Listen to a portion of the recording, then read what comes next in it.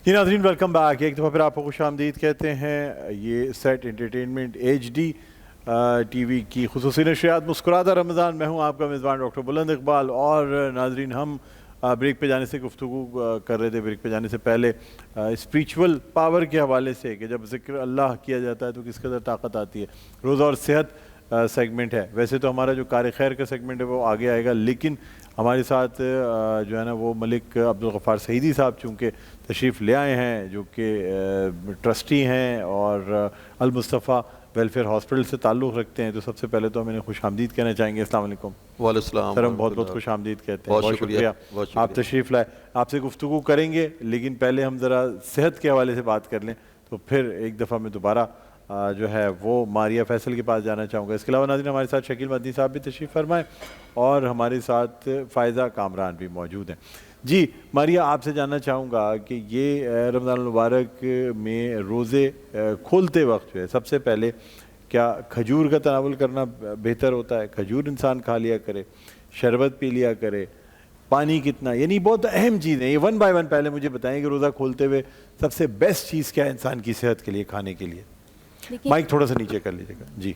देखिए, सबसे पहले तो लाइटर मोड में हमें स्टार्टअप लेना चाहिए, जिस सेम एग्जैक्टली जब हम नॉर्मल रूटीन में ब्रेकफास्ट का अमल करते हैं तो इंटरनेशनली आप कहीं पे भी जाते हैं तो आप देखें कि वहाँ पे फ्रूट्स और ड्रिंक से स्टार्ट लिया जाता है, ताकि स्टमक को इस एसिडिटी लेवल जो उसका बन रहा होता है रात भर में, जो एम्प्टी स्टमक का, वो रिलीव हो सके। तो एग्जैक्टली सेम अफ्तार के टाइम पे भी हमें ये करना चाहिए कि आपने खजूर से स्टार्ट लिया, आपने कोई लिक्विड ले लिया। लिक्विड भी बहुत हार्श लिक्विड्स ड्रिंक नहीं होने चाहिए, नॉर्मल लिक्विड ड्रिंक्स होने चाहिए। चिया सीड का इस्तेमाल आप उसमें कर सकते हैं, तुख मलंगे का इस्तेमाल कर सकते हैं, इसबगोल भूसी का इस्तेमाल आप कर सकते हैं। वो ये लाजमी है, ये हम अपनी डाइट में ऐड नहीं करते। आप कह रहे हैं इफ्तार में लें या अफ्तार में नहीं, अफ्तार में भी लें, सहरी में भी लें, अफ्तार में भी लेना चाहिए।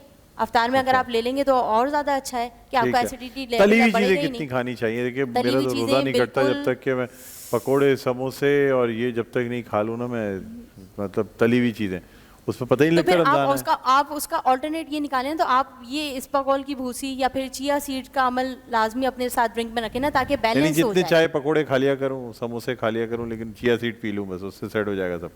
हाँ, आप ले सकते हैं ना ड्रिंक। अच्छा। आप क्या लेंगे ड्रिंक में? अगर आप नहीं, मुझे ये बताइए कि एक आम आदमी जो है मेरे जैसे फिजिक का आदमी, ठीक है, क्योंकि माशाल्लाह मेरा मतलब वेट जो है ना तकरीबन 87-88 के करीब है, 24 BMI।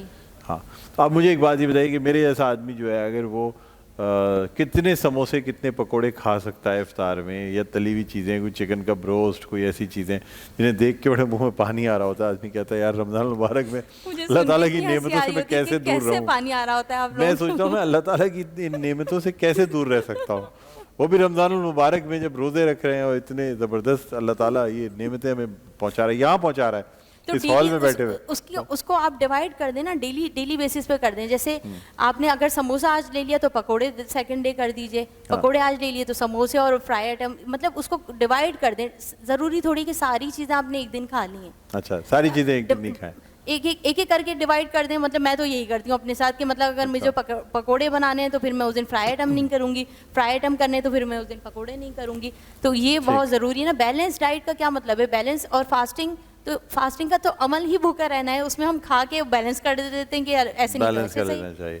ठीक है, अच्छा ये भी बताइएगा कि बहुत से लोग फलों से भी बचने लगते हैं। वो कहते हैं जी फलों में शुगर की मिकदार बहुत ज़्यादा होती है, और इतनी अगर हम फल केले, सेब और अमरूद, कीनू तक कहते हैं कि भाई इसमें शक्कर बहुत है, इसकी शुगर टेस्ट कर लो। कहते हैं कीनू का कतरा जिससे आप ब्लड टेस्ट करते हैं ना शुगर, कहते हैं इसमें चेक कर लो, आप देखो 200-250 शुगर आ जाएगी। इतना गलत कॉन्सेप्ट है ना डॉक्टर साहब। मैं आपको क्या बताऊं, कीनू में फ्रुक्टोज तो है ना, ग्लूकोज है, लेकिन वो फ्रूट शुगर है, फ्रूट शुगर है। लेकिन देखिए ना, हम जो आर्टिफिशियल शुगर ले रहे होते हैं चाय की सूरत में, शरबत की सूरत में, कोल्ड ड्रिंक्स की सूरत में, उससे तो कहीं बेहतर है। कीनू को जो चाय में डाल के पी लें शक्कर की जगह, नहीं कीनू आप ऐसे ही खाएं ना।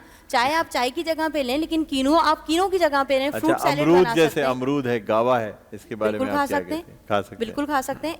वो शुगर जो आपकी बॉडी की रिक्वायरमेंट है, अब सेब में इतनी शुगर है, बिल्कुल मीठा, सेब भी खा सकते हैं, क्यों नहीं खा सकते आप? आप तो पकोड़े समोसे मेरे ख्याल में आपने पेशेंट्स को बहुत मोटा कर देती होंगी खिला के।